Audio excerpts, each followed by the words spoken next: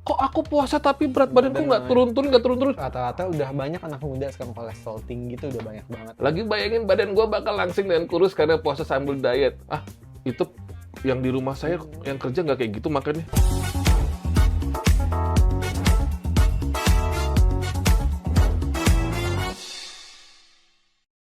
Dokter, sehat dokter. Alhamdulillah dokter ya. Semoga episode ini bisa menginspirasi teman-teman. Kenapa? Karena aku bisa bilang aku dan dokter Aiman adalah contoh dua instansi ya, laki-laki yang berhasil diet. Diet arti dari kata mengatur pola makan, bukan berarti tidak makan. Memang dietnya aku dan dokter Aiman itu beda. Kita tanya dulu sama dokter ya. Dokter katanya waktu masih remaja kan sempat berat badannya berlebihan kata dokter ya. 90 dokter di episode 1. 90. Lalu dokter dietnya seperti apa? Jadi sebelum mau kasih tahu dulu istilah diet. Diet itu betul tadi kata Bang Robi, pengaturan pola makan. Jadi diet itu nggak selalu buat menurunkan berat badan. Jadi ada diet buat menaikkan berat badan, ada diet buat penyakit tertentu, diet diabetes, kurangi gula atau diet hipertensi. Jadi diet adalah kata dasarnya pengaturan pola makan. Cuman konotasinya lebih untuk ke arah menurunkan berat badan.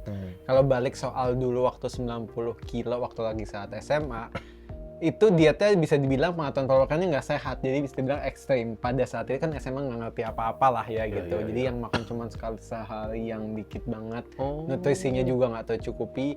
Makanya walaupun turunnya drastis, tapi nggak sehat jadinya. Efek sampingnya ada dokter pada saat dokter kekurangan nutrisi dan lainnya? Jadi pada dasarnya pada saat lagi kurus banget itu ya massa ototnya jauh menurun. Tapi mungkin seolah-olah cara tampilan looknya menurun, tapi energinya juga jadi tetap nggak ada gitu. Jadi tetap nggak kuat dan lainnya karena ya makannya kurang, nutrisinya kurang, tidak dibarengi dengan olahraga. Makanya sekolah dokter jadi ngerti kan gitu. Jadi ngerti gimana sih diet yang baik itu, yang tujuan untuk menurunkan berat badan. Ternyata nggak segampang itu, jadi hanya banyak faktor lah yang harus diperhatikan. Ada lagunya dokter ya? Gimana coba nyanyi? Segampang itu. Tapi aku pribadi teman-teman, kalau aku sempat dalam 6 bulan tuh turun 22 kilo, memang cukup ekstrim juga dokter. Awalnya ya. Bang? Awalnya waktu itu 96 apa ya, terus habis itu 78 atau berapa gitu. Nah itu aku dietnya diet keto, cuman memang waktu itu akhirnya aku buat jadi lifestyle. Terus ada dari tubuh yang menolak lah karena terlalu over consume fat. Jadi ada batu empedu dokter. Ada batu empedu, jadi ya yaudah aku mau gak mau harus berhenti stop. Tapi yang masih aku pertahankan adalah intermittent fasting-nya. Itu jendela puasanya bisa sampai 16 jam, 23 jam bahkan dokter. 23 jam setengah, aku pernah ada jendela makanku cuma setengah jam, habis itu aku puasa lagi. Aku mau tanya sama dokter sendiri, apakah buat teman-teman yang menjalankan intermittent fasting atau apapun jenis dietnya, itu sebaiknya tetap dilakukan di bulan suci atau berhenti dulu dokter atau bagaimana? Sebetulnya kan kalau lagi bulan puasa kan sebelum mirip kayak intermittent fasting kan ada jendela puasanya. Mungkin jendela puasanya itu nggak sepanjang lagi intermittent fasting gitu. Pada dasarnya mau intermittent fasting pun ya kita berharap mendapatkan efek autofagi tadi, pembakaran lemak, jadi yang diharapkan lemaknya terbakar, tapi tetap makanan yang diasupnya juga kan. Kita mau intermittent fasting tapi makanan yang diasupnya melebihi kebutuhan sehari akan naik juga berat badan. Jadi selain intermittent fastingnya kita mendapatkan manfaatnya, tetap makannya juga harus dilihat. Yang pertama tetap harus gizinya seimbang, harus ada proteinnya, karbohidratnya, terutama protein ya. Kan biasanya kalau misalkan yang kayak abang kan buat naikin massa otot juga kan, biasanya kebutuhan proteinnya juga harus lebih cukup, bisa 1,5 sampai 2 kali berat badannya yang disarankan gitu. Apa sekiranya cukup selama intermittent fasting juga harus diperhatikan. Begitu juga dengan puasa gitu, jadi puasa agak mirip-mirip dengan intermittent fasting tadi walaupun jendelanya sedikit. Yang diperhatikan adalah makanannya juga, karena pada dasarnya menaikkan atau menurunkan berat badan itu tergantung dari berapa kalori yang masuk dibandingkan dengan yang keluar gitu. Jadi mau intermittentnya 16 jam makan 8 jam tapi dalam 8 jam makannya berantakan banget, pada akhirnya akan naik juga gitu, seperti itu.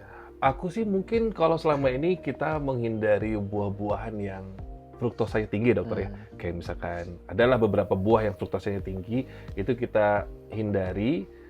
Mungkin di bulan puasa ini jangan dihindari ya, karena kita butuh itu ya dokter ya. Jadi makanya kan yang gulanya tinggi kayak kurma itu kan glukosanya kan tinggi kan, gulanya tinggi kan.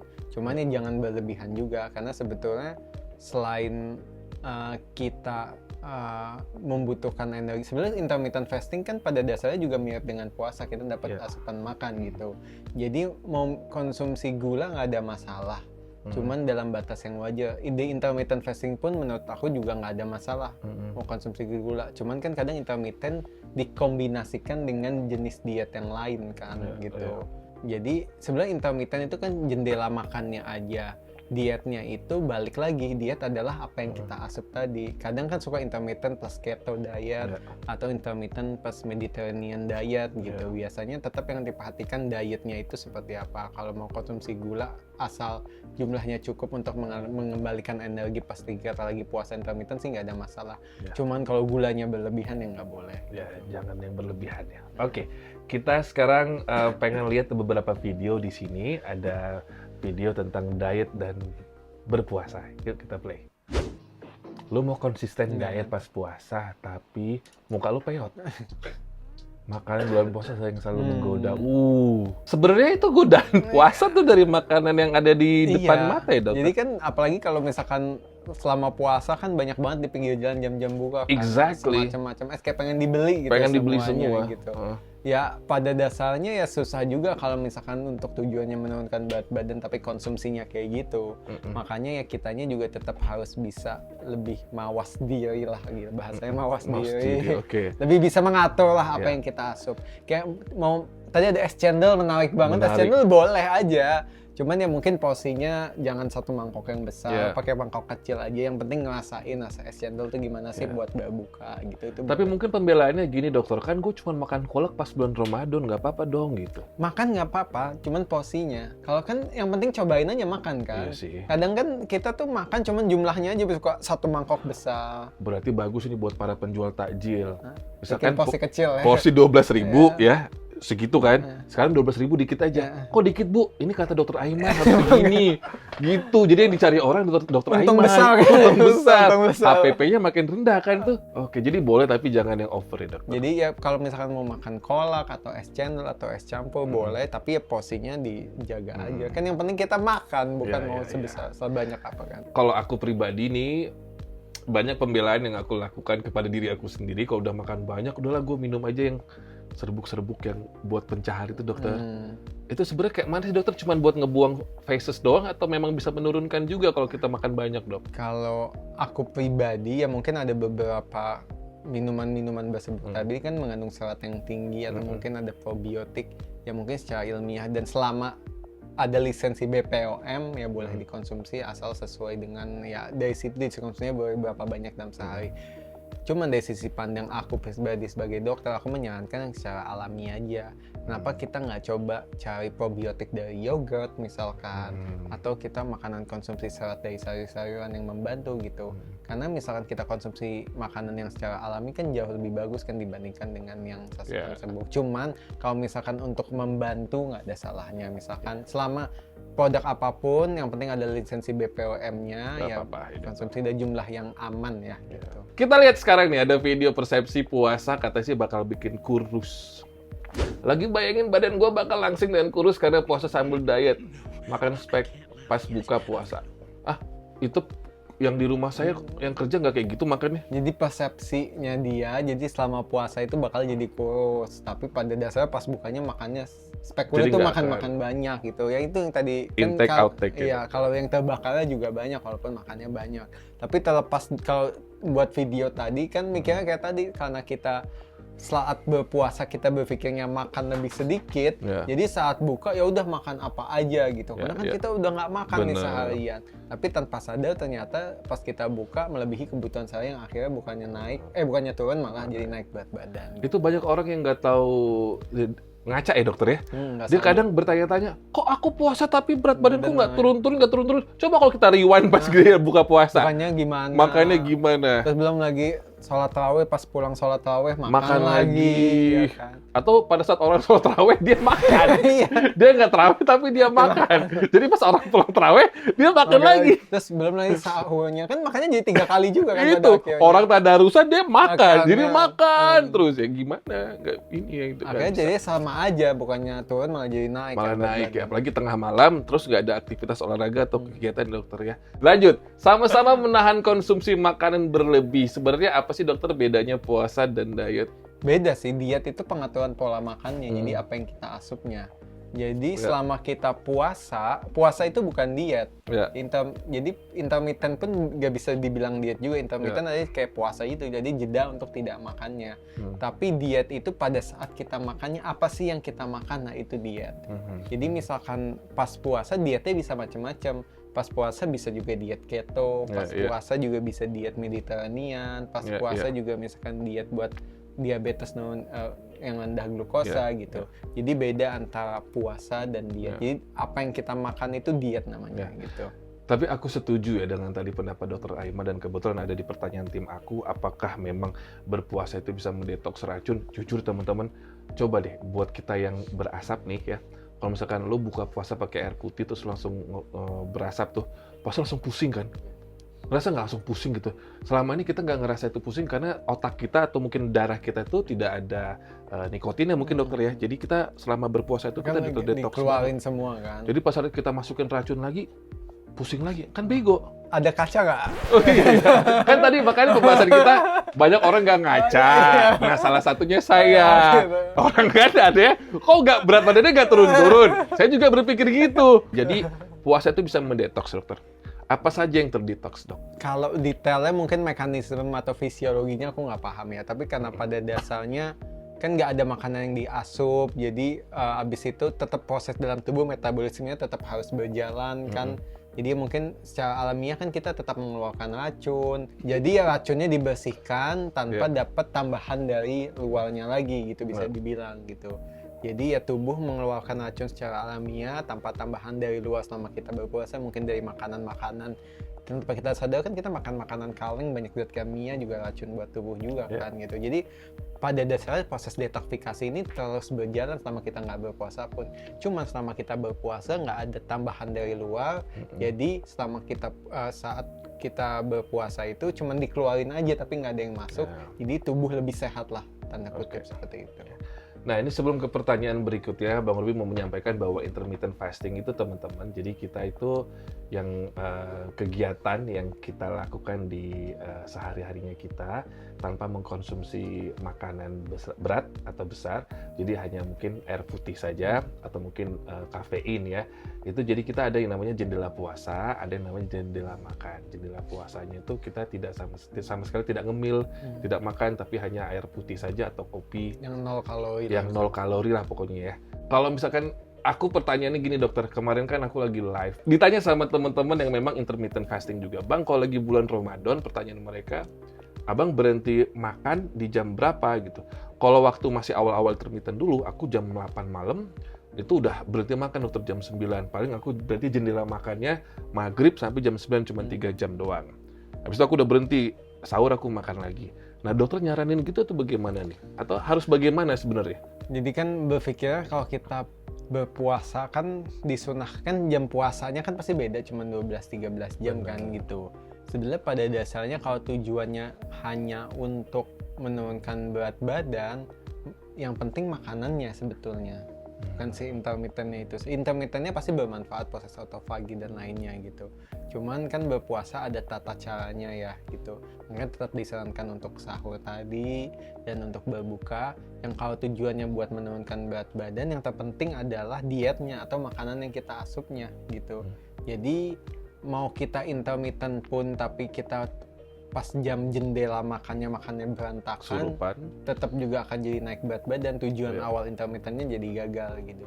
Jadi tetap saran aku berpuasa seperti biasa, yang diubah adalah apa yang kita makan dan volume makannya seperti itu. Volume makannya dan apa yang kita makan. Ya, ini kita lihat sekarang video intermittent fasting saat bulan puasa.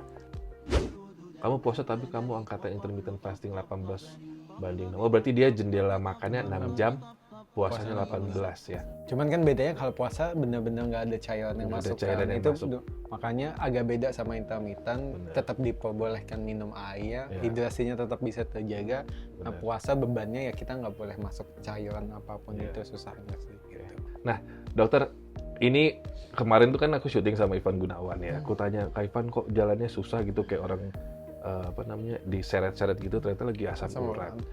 Ini kalau ngomong soal asam urat sama kolesterol tinggi, itu penyebabnya tuh apa sih dokter? Makanan sih yang terutama. Pasti ya. Pada dasarnya tubuh kita menghasilkan asam urat, tapi ditambah lagi dari makanan yang diasup. Jadi harus diketahui. Jadi kolesterol itu nggak ada di minyak nabati. Jadi kolesterol itu cuma ada di produk hewani. Gitu. Jadi kayak minyak kelapa sawit atau minyak yang dari nabati itu nggak ada kolesterol sebetulnya. Jadi kan suka iklannya bebas kolesterol. Memang nggak nggak ada. Kolesterol nggak ada di produk nabati. Cuman Ya. misalkan kita ngegoreng bakwan lah tadi, Iya. ada lemak jenuh kan, lemak jenuhnya yang dipecah sama tubuh jadi kolesterol.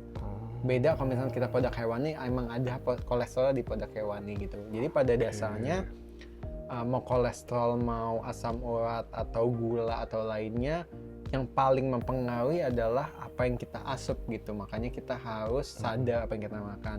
Gimana sih kita tahu kita harus membatasi makanan-makanan tertentu? Makanya harus dicek. Kan agak susah menilainya cuma dari kondisi luar ya. Iya. Apalagi untuk tahu kadar glukosa, asam urat, Cek atau kolesterol, harus terus. cek darah biar tahu berapa sih kadar darahnya. Makanya disarankan cek kesehatan setahun 2 kali, minimal banget setahun sekali, biar kita tahu kondisi tubuh kita nih seperti apa sih. Ya. Rata-rata udah banyak anak muda sekarang kolesterol tinggi tuh udah banyak banget, asam urat tinggi, sehingga kita bisa diet, namanya juga diet, jadi kita bisa diet yang tujuannya agar kolesterol dan asam uratnya menurun gitu. Makanan itu nggak akan kita konsumsi kalau nggak kita sediakan. Kalau kita misalkan tidak taruh di laci kita, di lemari kita nggak akan mencari. Kadang kan suka disediakan ya. Kita menyediakan dokter itu, iya. karena kita menyediakan, jadi kita mau nggak mau akan nyari Jadi gitu kan makan. makan. Tapi kalau nggak ada, ya tinggal Gojek. Sama aja. Sama aja, nggak boleh ya. Nah, excuse seperti kan lagi weekend nih, jadi cheating day gitu, atau mungkin midnight craving gitu, lagi malam-malam kerucuk gitu. Jadi kalau misalkan reward seperti ini dokter yang kita kasih ke diri kita yang lagi menjalankan diet di bulan suci Ramadan, gimana efeknya dokter? Sebenarnya nggak ada masalah, karena reward dan cheating ya boleh aja. Cuman jangan tiap hari cheating, kan suka mikirnya kayak tiap hari akhirnya. Kalau tiap hari cheating bukan diet. Bukan diet, Bukan ya diet, kan? dokter. Jadi Itu ya bukan diet. rewardnya juga harus diatur gitu. Mau seminggu sekali kah? Dan rewardnya juga seperti apa? Ya, Kita ya. harus membatasi itu. Misalkan bolehlah makan yang manis, es krim atau apa. Jadi kita harus tahu rewardnya seberapa sering dan seperti apa. Ya. Jadi kita bisa mengatur, kan tetap kita atur. Oke, walaupun kita tetap cheating day, tapi secara overall dalam seminggu atau sebulan berat badannya tetap bisa turun walaupun ada cheating day misalkan di 1 hari. Misalkan rewardnya juga berlebihan kan juga jadi nggak bagus gitu kan. Sebenarnya reward juga nggak harus, kita bisa atur misalkan dalam per hari juga bisa kita reward, misalkan makan 3 hari sekali terus dengan olahraga yang cukup, oke lah kita bisa makan 1 es krim yang kalorinya cari yang agak rendah 200 atau 300, itu kan bentuk reward juga kan pada dasarnya gitu. Aku cuma pengen ngasih tau ke teman-teman ya, kalau misalkan kalian jalani diet, memang kita tuh harus menahan-nahan teman-teman makan makanan yang tidak baik, tidak sehat, tapi bukan berarti menyiksa diri, karena nggak hanya tubuh kita aja yang dikasih makan, tapi jiwa juga harus dikasih makan. Harus happy jiwanya ya, jangan gara-gara nanti kalian pengen makan ini nggak mau lama-lama anoreksia, Bulimia juga ada, Itu, bulimia dokter. yang muntah. bulimia, muntah-muntah bulimia dong. Anorexia tuh yang nggak makan. Jadi nggak makan sama sekali, nanti kurus gitu. Tapi terkecuali kamu orangnya drama aja, butuh perhatian, NPD gitu, kayak aku nggak mau makan, aku mau protes gitu misalkan. Ya terserah, silakan, bisa kan kayak gitu dokter ya.